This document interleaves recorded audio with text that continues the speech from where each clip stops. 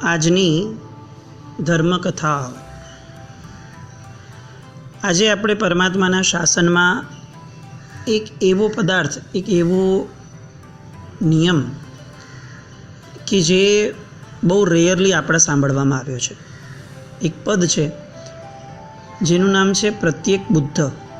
મોક્ષે જનારા અલગ અલગ પ્રકારના વ્યક્તિઓ મોક્ષે જઈ શકે છે એવી જે વાત છે, એમાંથી આ એક પ્રકાર છે।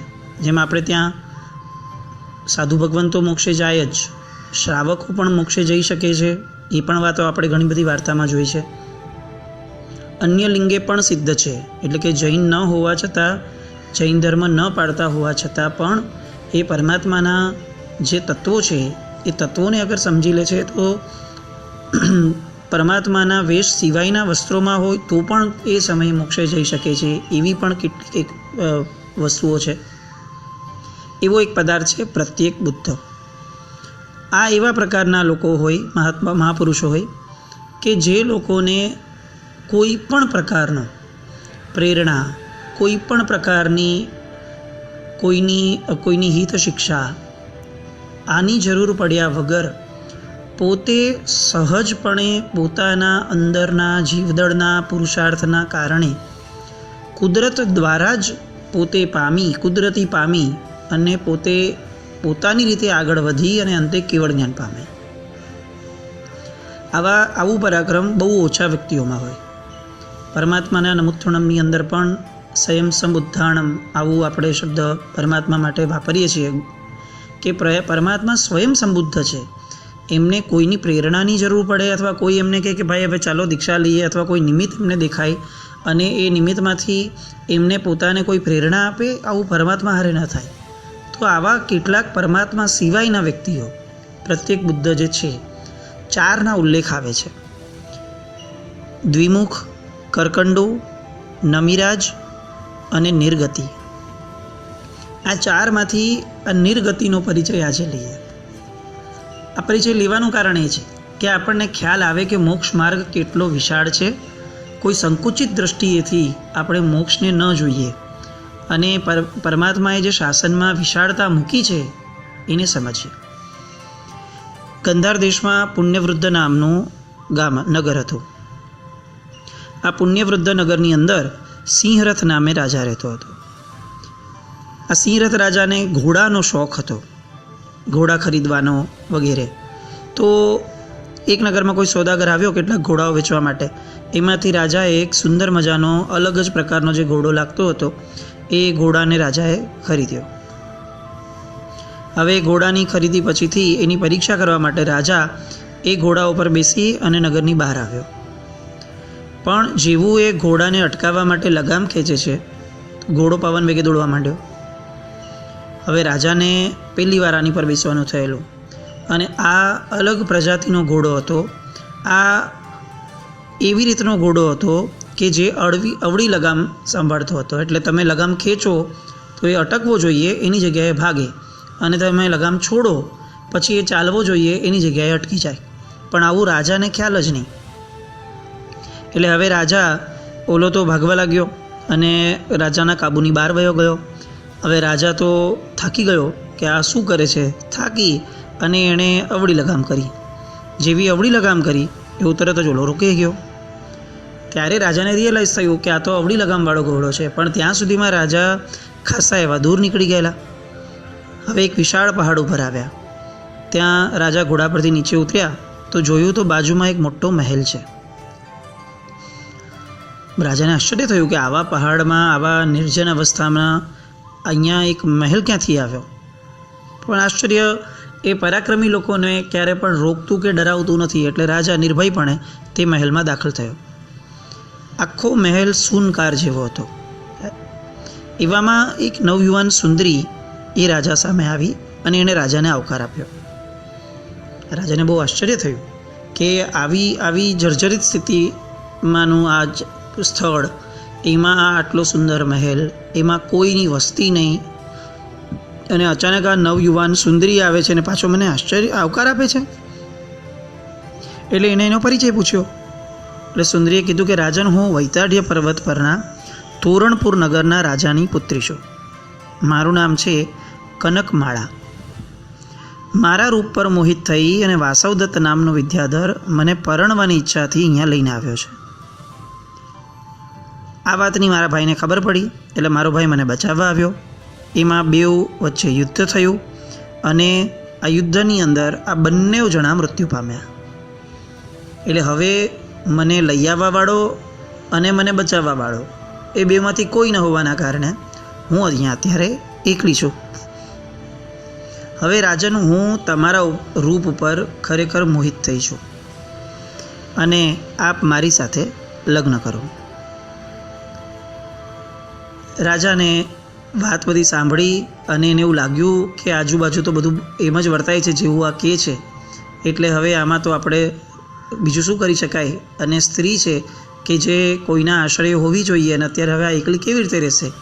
આવી એક શુભમતીથી રાજાએ એની સાથે ગાંધર્વ લગ્ન કર્યા અને પછી બંને રાજ્યમાં આવ્યા, સુખચેનથી રહેવા લાગ્યા. અને તેઓ હંમેશા આવી રીતે એમની પાસે જે વિમાન હતું એ વિમાનમાં બેસી અને આવજાવ કરતા, કારણ કે આ વિદ્યાધરની પુત્રી હતી. એટલે સિંહરથના અને આ બંનેના કનકમાળાના પુત્રનું નામ નિર્ગતિ એવું પાડવામાં આવ્યું. આ નિર્ગતિને ફરવાનો બહુ શોખ હતો. બાળપણથી એને એમ થતું કે કોઈ એને અગર ફરવા લઈ જાય અથવા બહાર ફરે ખુલ્લી હવામાં, પ્રકૃતિમાં, તો એને બહુ આનંદ આવતો. અને એમાં પણ એને બગીચાનો પણ બહુ શોખ હતો. જ્યારે બગીચામાં આવે ને લીલાછમ જેવી વનસ્પતિને જુએ તો બહુ આનંદ પામતો. આજના બાળકોમાં આપણે લોકો, બાળકો નહીં, હું તો કહું આપણે બધા જ આજે આ સ્થિતિને વિચાર કરીએ ને કોરોનાવાળી, તો દરેક ક્ષેત્રમાં હવે આપણે એક પરિવર્તન તરફ આવવું જ પડશે. આપણી આર્થિક પરિસ્થિતિ એ પણ હવે બહુ અલગ રીતે બદલાશે અને આપણે લોકોએ ક્યાંક યુટર્ન લઈ અને આપણી પરંપરાગત બિઝનેસ આપણા જે હતા કે જેમાં વધારે પડતી કોઈને ક્રેડિટ આપીને ધંધો કરવાની જે વાતો હતી એ બધાથી અત્યારે દૂર થઈ અને આપણી પરંપરાગત પેટર્ન ઉપર જવાનું થશે. કારણ કે હવેની બધી જ બિઝનેસ પેટર્ન્સ ચેન્જ થશે. ખાવા પીવાની બાબતમાં જે આડેધડ આપણે લોકો અભક્ષ્યના ભોજન વગેરે કરી ક્યાંય પણ વાપરવું, ગમે તે વાપરવું, જનરલી વિશ્વના લોકો જે માંસાહાર તરફ સખત આકર્ષાયા હતા, આજે આપણે બધા સમજીએ છીએ કે આ બધા જ આહારોના કારણે આ કોરોના બહુ જ ફૂલ્યો ફાલ્યો છે. તો ક્યાંક ને ક્યાંક એ યુટર્ન પણ લાવવા માટેનો આ એલાર્મ છે. તો જેમ આ બધી પરિસ્થિતિઓમાં એક યુટર્ન, આપણે આપણી એકચ્યુઅલ સંસ્કૃતિ તરફ પાછા આવવા માટેના આ જે બધા એંધાણો છે, એમાંનું આ એક એંધાણ પણ આપણે સમજવું જોઈએ કે આપણે સમહાવ પ્રકૃતિથી બહુ દૂર હોઈ ગયા છે. રવિવાર હતો, ફરવા જવાના દિવસો આવતા ત્યારે મોલમાં ફરવા જવાનું, કોઈ રિસોર્ટમાં ફરવા જવાનું, વોટર રિસોર્ટમાં, અને કોઈ એવા રિસોર્ટની અંદર ભેગા થઈને અંદરથી ગેમ્સ રમવી, આ તે બધું. આ જ્યારે નિર્ગતિનો શોખ સાંભળીએ ને ત્યારે આપણને વિચાર આવે છે કે પ્રકૃતિની ગોદમાં તો આપણે ક્યારે જતા જ નહોતા. આ સિમેન્ટના મકાનોની અંદરમાં રહી એક વચ્ચે વૈજ્ઞાનિક તારણ આવ્યું હતું કે સિમેન્ટ કોન્ક્રીટના બિલ્ડિંગમાં રહેનારા માણસને આ સિમેન્ટમાંથી નીકળતા નાઇટ્રોજન ગેસથી એના શરીરમાં નકારાત્મકતા બહુ જ રહે. એટલે યુરોપમાં અને અમેરિકામાં આ તારણ જ્યાંથી આવ્યું હતું એ લોકો એવું સજેસ્ટ કરતા હતા કે થોડા સમયે જીવે ખુલ્લા આકાશ નીચે વહી જવું જોઈએ. નહીં તો શું થશે, આખો દિવસ ઘરમાં રહેનારો માણસ એ આ નાઇટ્રોજનના અને બીજા નબળા ગેસોના દુર્પ્રભાવના કારણે પોતાની બુદ્ધિની જે ફ્રેશનેસ છે એનાથી દૂર ભાગે છે. આ ખુલ્લી જગાઓમાં જવાનું જે આપણું સાવ બંધ થઈ ગયેલું, બીચ ઉપર ફરવા જવાના તો પણ ત્યાં પાછા આપણે નવા આપણા ધતિંગો ઊભા કરી અને આર્ટિફિશિયલ વસ્તુઓમાં જ રહેવાનું. જઈએ છીએ કુદરતને માણવા, પણ કુદરત નામના તત્વો સાથે તો આપણું કોઈ પણ પ્રકારનું કનેક્શન ક્યારે બંધાતું જ નહોતું. હવે આ સમય છે, જો બધામાં બદલાવ લાવીએ છીએ તો આ એક બદલાવ લાવીએ કે આપણે આપણી પોતાની પ્રકૃતિ તરફ પાછા વળીએ. પછી ન વિટામિન સી માટે દવા લેવાની જરૂર પડશે, ન કેલ્શિયમ ઘટશે, ન આયર્ન ઘટશે. બધું જ આપણને આપણી પ્રકૃતિમાં એ આપણને બધું જ આપી દેશે, કારણ કે આપણે એના ખોળામાં રમશું. નિર્ગતિને આ એક શોખ હતો અને એણે ફળ ફૂલથી ખીલેલા એક આંબા ઉપર એની દ્રષ્ટિ પડી. બગીચામાં જ્યારે ફરતા હતા ત્યારે દેખીને બહુ ખુશ થયો કે આ કેટલું સરસ આમ સોહામણું દ્રશ્ય લાગે છે કે જેના કારણે આપણે આમ જોતા જ રહીએ એવું વર્તાય. અને આ પ્રકૃતિ પ્રેમના કારણે એ આંબાને રોજ આવી રીતે આવતો અને જોતો. હવે આમને આમ ગ્રીષ્મ ઋતુ અને વસંત ઋતુ બંને પસાર થઈ ગઈ. હવે આંબો સુકાયો. ફરીથી એ જ આંબા ઉપર રાજાની દ્રષ્ટિ પડી, પણ આંબો આ વખતે વેરાન પડ્યો હતો. જે ફળ અને ફૂલથી આમ લદાયેલો રહેતો હતો એ ફળ અને ફૂલમાં અત્યારે આ ઝાડ ઉપર કંઈ જ ન દેખાય અને સાવ નિસ્તેજ એવો આ આંબો થઈ ગયો. અને રાજા વિચારમાં પડ્યો, થોડા વખત પહેલાં ખીલેલો આ આંબો એકાએક નિસ્તેજ કેમ દેખાય છે? એના ફળ ફૂલ વગેરે ક્યાં ગયા? અને હવે એનું મગજ એ એક એવી દિશામાં જાય છે કે જે દિશામાં જવું એ સામાન્ય વ્યક્તિઓના પુરુષાર્થની કદાચ લિમિટની બહાર છે. નિર્ગતિને અહીંયા તરત વિચાર આવે છે કે શું દરેક વસ્તુમાં પરિવર્તનનો નિયમ છે? એટલે અહીંયા આ વિશ્વની અંદર કોઈ પણ વસ્તુઓ સ્થિર નથી. એટલે આ જળ અને ચેતન નામના જે બે તત્વો દ્વારા સૃષ્ટિ બનેલી છે એમાંથી આ જળના કારણે જળ તો પરિવર્તનશીલ છે જ, ચેતન પણ પરિવર્તનશીલ થઈ જાય છે. તો ચેતન ઉપર એટલે કે જીવ ઉપર જળ વસ્તુઓની આટલી બધી અસર રહે છે તો શક્તિશાળી તો જીવ છે. આ જળ તો અજીવમાં તો શું શક્તિ હોય?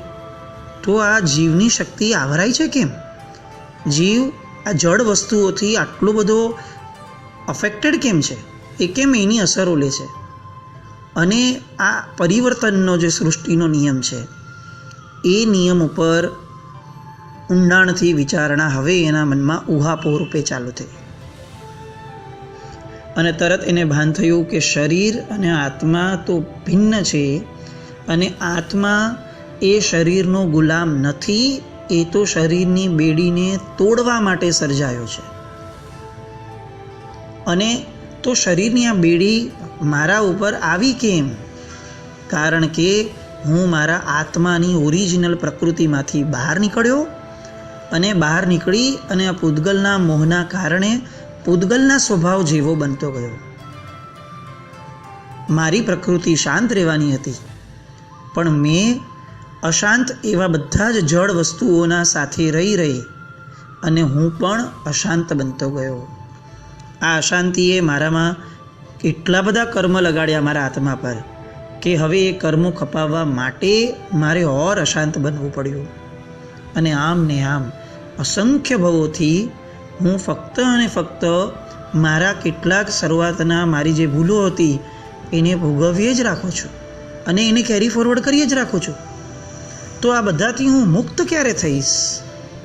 તો મારો આત્મા આ બધા કર્મોથી મુક્ત કઈ રીતે થશે? અને ત્યારે જ એના જ મનમાં આ વિચારનો વિસ્ફોટ ફૂટે છે કે જો બંધાયો હું છું તો મુક્ત થવાની તાકાત પણ મારામાં જ છે.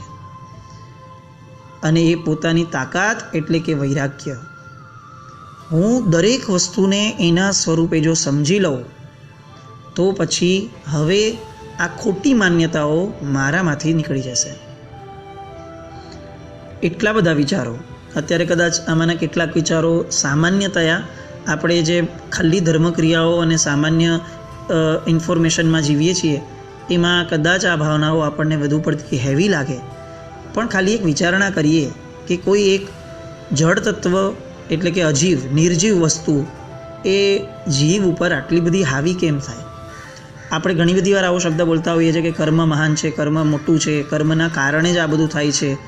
તો એક બહુ સહજ પ્રશ્નો થતા હતા કે કર્મ તો જડ છે, નિર્જીવ છે, કર્મ કેવી રીતે બોસ બની શકે જીવનો? અને આ બધા જ્યારે ચરિત્રો સાંભળે ત્યારે ખ્યાલ આવે છે કે કર્મ ખરેખર કાંઈ જ નથી. જો જીવ પોતે જાગી જાય તો કર્મથી ડરીને શું થવાનું? એના કરતાં જીવ પોતે પોતાની પ્રકૃતિ તરફ વળે. જેમ બારે એક પ્રકૃતિ છે, નિસર્ગનું મહાશાસન જેને કહેવાય છે, કુદરત, એવી રીતે મારી અંદર પણ એક કુદરતી સ્વભાવ છે. મારો પણ મારા કેટલાક ઓરિજિનલ નેચરલ ગુણો છે જે મારી યારે એવર અટેચ છે. જો હું એ ઘરમાં રહીશ તો મને કોઈ કરતાં કોઈ તત્વ મારું કંઈ જ બગાડી શકશે નહીં. પણ જો હું બહાર આવીશ તો આ કર્મબંધથી હું બચી પણ નહીં શકું. આવી કેટલીક ભાવનાઓ આ નિર્ગતિને સહજપણે મનમાં પ્રગટી. આ સમય લોકડાઉનનો એ કદાચ આપણી માટે સામાન્ય રીતે સામાયિક સૂત્રો આ બધામાં પસાર થાય તો પણ આપણે એનાથી સેટિસ્ફાઈ છીએ. પણ હું ખાસ રિકમેન્ડ કરું છું એસ્પેશિયલી ભાઈઓને, આપણે આવા એકાંતમાં નહીં રહીએ, આવી નિરાતમાં ક્યારેય કદાચ પાછા નહીં આવી શકીએ. તત્વ સમજવાનો પ્રયત્ન કરીએ. જેના વિના મોક્ષ નથી, જેના વિના આનંદ નથી જીવનમાં, એવા તત્વોની નજીક જવાનો સામાન્યતયા ઉપર ઉઠીને પણ પ્રયત્ન કરીએ. કદાચ શરૂઆતમાં ડિફિકલ્ટ લાગશે, ઊંઘ આવશે, થશે, એમાં શું. પણ જેમ ધંધો નહોતો આવડતો તો પણ શીખ્યા, તો તત્વ નથી આવડતું તો શીખીએ. જે એક્સક્લુઝિવલી પરમાત્માના શાસનમાં છે એને મેળવવા પ્રયત્ન કરીએ. અને એવું કંઈક આદરીએ, એવું કંઈક મનને પ્રબળ બનાવીએ, સબળ, કે જેના કારણે જ્યારે લોકડાઉન ખોલે ત્યાર પછી કોઈ પણ પરિસ્થિતિ આપણને ગુલામ બનાવી દે, આપણને સંક્લિષ્ટ અવસ્થામાં મૂકી દે, આપણને ભયભીત અથવા આપણને એકાંતમાં મૂકી દે, એકલામાં મૂકી દે, આવી કોઈ ભાવનાથી આપણે ગ્રસ્ત ન થઈએ. આપણને ખ્યાલ આવે કે હું આત્મા છું, અગર હું મોક્ષે જઈ શકું છું તો હું આવી નાની મોટી તકલીફોને તો બહુ આરામથી ક્યોર કરી શકું છું. આવું એક સુંદર મજાનું અંદરમાં તંત્ર ઊભું થાય. અને આ તંત્ર આ કર્મ નામના કોરોનાથી આપણને એટલીસ્ટ આઇસોલેટેડ તો રાખે આ ભાવમાં, ભલે એ મુક્ત ન કરાવે, પણ આ આઇસોલેશન પણ આપણા સૌના મગજમાં આવે અને આપણે આ જડ અને ચેતનવાળી જે ગેમ આખી સૃષ્ટિમાં ચાલે છે એ રમતને સમજી અને ધીરે ધીરે ધીરે એ રમતના વિનર તરીકે આપણે બહાર નીકળતા થઈએ. અને એક દિવસ એવો આવે કે જ્યારે આ ગેમમાં એટલા બધા આપણે એક્સપર્ટ થઈ જઈએ કે આપણને સિદ્ધશિલારૂપી ટ્રોફી મળે અને આપણે અંતિમ વિનર તરીકે સાબિત થઈએ. આ શુભકામના, આ નિર્ગતિ અહીંયાથી આ ભેદ જ્ઞાનને પામી તરત જાતિ સ્મરણ જ્ઞાન થાય છે, ઘરે આવે છે, વૈરાગ્ય દશા વધતા પોતે જાતે જ પંચમુષ્ટિ લોચ કરે છે, દીક્ષા અંગીકાર કરે છે અને આગળ જતાં એ 4 પ્રત્યેક બુદ્ધ ભેગા થાય છે અને ચારેયોને કેવળ જ્ઞાન થાય છે. આપણે આ પ્રત્યેક બુદ્ધને વંદન કરીએ અને આપણા જીવનમાં પણ કંઈક સ્વગત પ્રેરણાઓ ઊભી થાય એવી અપેક્ષા રાખીએ. પ્રણામ.